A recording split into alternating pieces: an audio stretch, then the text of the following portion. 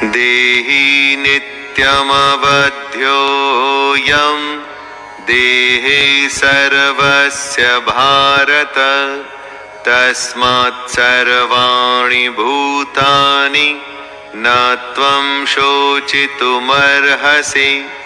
हे अर्जुन, यह आत्मा सबके शरीर में सदा ही अवध्य है। इस कारण संपूर्ण प्राणियों के लिए तू शोक करने के योग्य नहीं है। अवध्य यानी आत्मा का वध करना संभव नहीं है। जब आत्मा को कोई मार ही नहीं सकता और आत्मा ही एक सच है, तो तू शोक किसके लिए कर रहा है?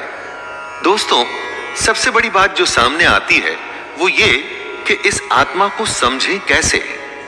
इसको समझना ही मोक्ष की प्राप्ति है। स्वधर्ममपि चावेक्ष्य न विकम्पितुमर्हसि धर्म्याद्धियुद्धात् श्रेयोऽन्यत् क्षत्रियस्य न विद्यते। कृष्ण अर्जुन को याद दिलाते हैं कि अपने धर्म को देखकर भी तू भय करने योग्य नहीं है, अर्थात तुझे भय नहीं करना चाहिए, क्योंकि क्षत्रिय के लिए धर्म युक्त युद्ध से बढ़कर दूसरा कोई कल्याणकारी कर्तव्य नहीं है। दोस्तों, कृष्ण कहते हैं कि अगर हमने किसी काम को करने का निर्णय ले लिया है तो फिर उससे डरना नहीं चाहिए। पूरे तन मन से बस उस काम को, उस युद्ध को करने में लग जाना चाहिए। ज्ञान यह है कि निर्णय के बाद डरने का कोई मतलब नहीं, सिर्फ करने का मतलब है, कर्म करने का।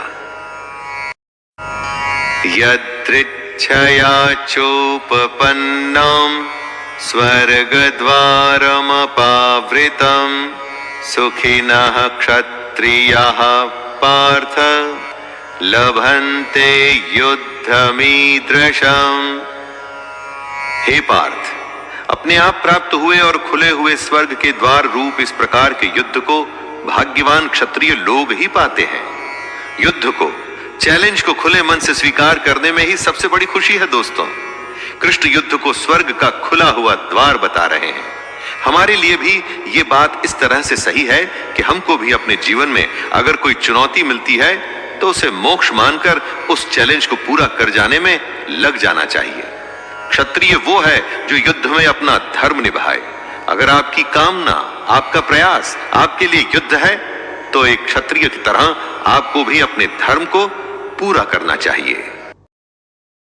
अथ चेत्त्वमिमं धर्म्यं संग्रामं न करिष्यसि ततः स्वधर्मं कीर्तिं च हित्वा पापमवाप्स्यसि।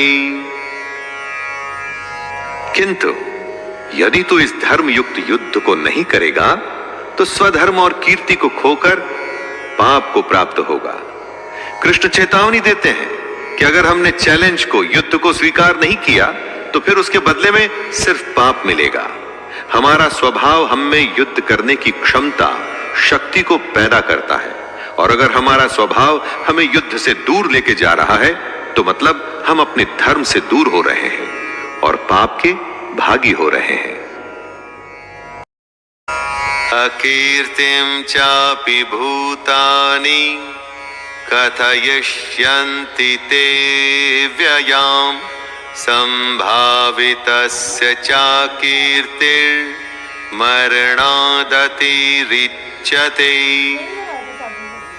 कृष्ण कहते हैं, हे अर्जुन, सब लोग तेरी बहुत काल तक रहने वाली अपकीर्ति का भी कथन करेंगे, और माननीय पुरुष के लिए अपकीर्ति मरण से भी बढ़कर है। मतलब युद्ध करने से अगर मना कर दिया तो उससे बड़ा अपमान, उससे बड़ी बेइज्जती कुछ नहीं हो सकती। कुछ लोगों की भीड़ में अगर आप जाते हैं तो सब आपको सम्मान से देख आपकी प्रशंसा करते हैं, और दूसरी स्थिति में आप कहीं जाते हैं तो लोग अपमान से देखते हैं, अपनी नजरें फेर लेते हैं। आपको क्या स्वीकार है, यश या अपकीर्ति, अपमान या सम्मान? युद्ध को छोड़ देने का मतलब ही अपमान है।